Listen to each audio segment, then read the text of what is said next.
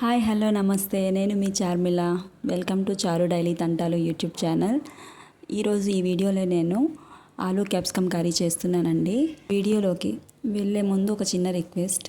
ఈ వీడియో కనుక నచ్చినట్లయితే దయచేసి సబ్స్క్రైబ్ చేసుకోండి, లైక్ చేయండి, షేర్ చేయండి. అలా అయితే నాకు ఎంతో సపోర్ట్ చేసిన వారు అవుతారు. నేను ఈ ఛానల్ని కొత్తగా స్టార్ట్ చేశాను. మీరు చేసే లైక్ షేర్ అనేది నాకు ఎంతో హెల్ప్ అవుతుందండి. దయచేసి లైక్ చేయండి, షేర్ చేయండి, సబ్స్క్రైబ్ చేయండి.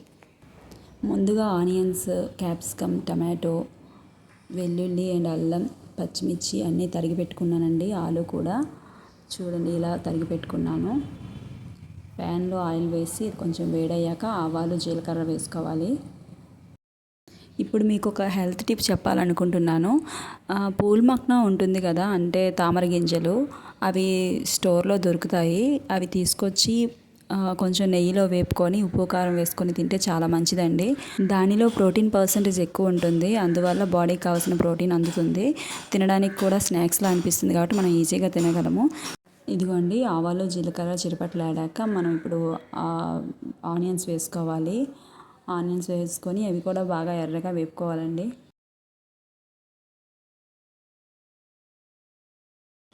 ఇలా ఆనియన్స్ వేగుతున్నప్పుడు పచ్చిమిర్చి యాడ్ చేసుకుంటున్నాను. వీటిని కూడా కాస్త పచ్చివాసన పోయే వరకు వేపుకొని ఆ తర్వాత కరివేపాకు వేసుకోవాలి.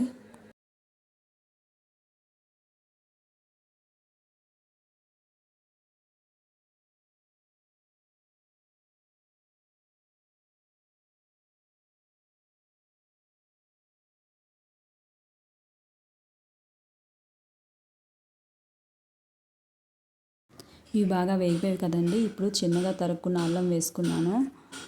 ఇందులో అల్లం దంచలేదండి, చిన్న చిన్న ముక్కలుగా కట్ చేసుకున్నాను అల్లం వెల్లుల్లి అనేది. అలా అయితే ఈ కర్రీకి బాగుంటుంది.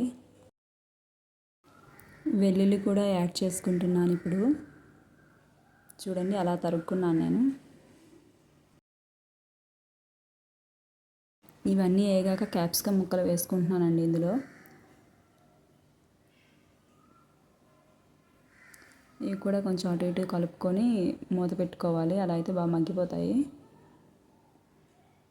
కాసేపు పోయాక మూత తీసి చూస్తే ఇలా ఉందండి, వేగుతున్నాయి.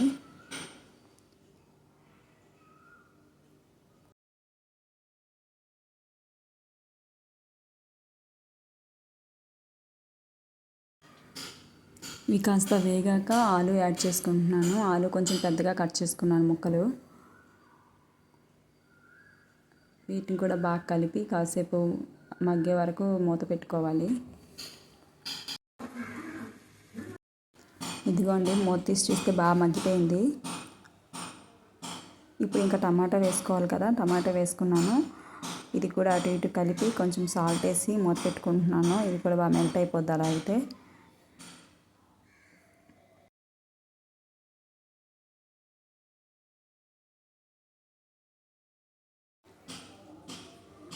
బాగా మగ్గిపోయిందండి. ఇప్పుడు పసుపు, కారం యాడ్ చేసుకోవడమే. ఇంకా పసుపు వేసుకున్నాను. ఇది కారం ఒక 2 స్పూన్స్ వేసుకుంటున్నాను. అది చిన్న స్పూన్ కదా, 2.5 పడుతుంది.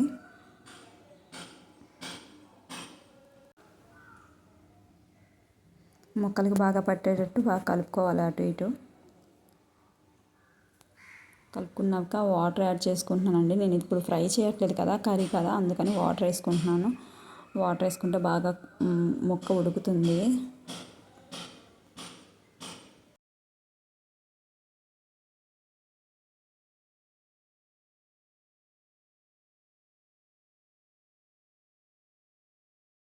వాటర్ వేసాక కాసేపు మూత పెట్టుకొని ఉడికించుకోవాలి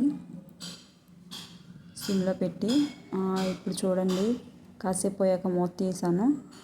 ఇలా దగ్గరకు అయిపోయింది కర్రీ అంతా. ఇలా అయిపోయిందంటే కర్రీ అయిపోయినట్టే. కలర్ కూడా బాగానే వచ్చింది, టేస్ట్ కూడా బాగుందండి.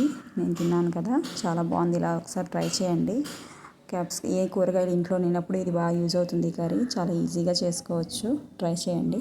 వీడియో కనుక మీకు నచ్చినట్లయితే దయచేసి షేర్ చేయండి, సబ్స్క్రైబ్ చేయండి, లైక్ చేయండి. అలా అయితే చాలామందికి ఈ వీడియో రీచ్ అవుతుంది. నాకు మీరు సపోర్ట్ చేసిన వారు అవుతారు. Thank you for watching.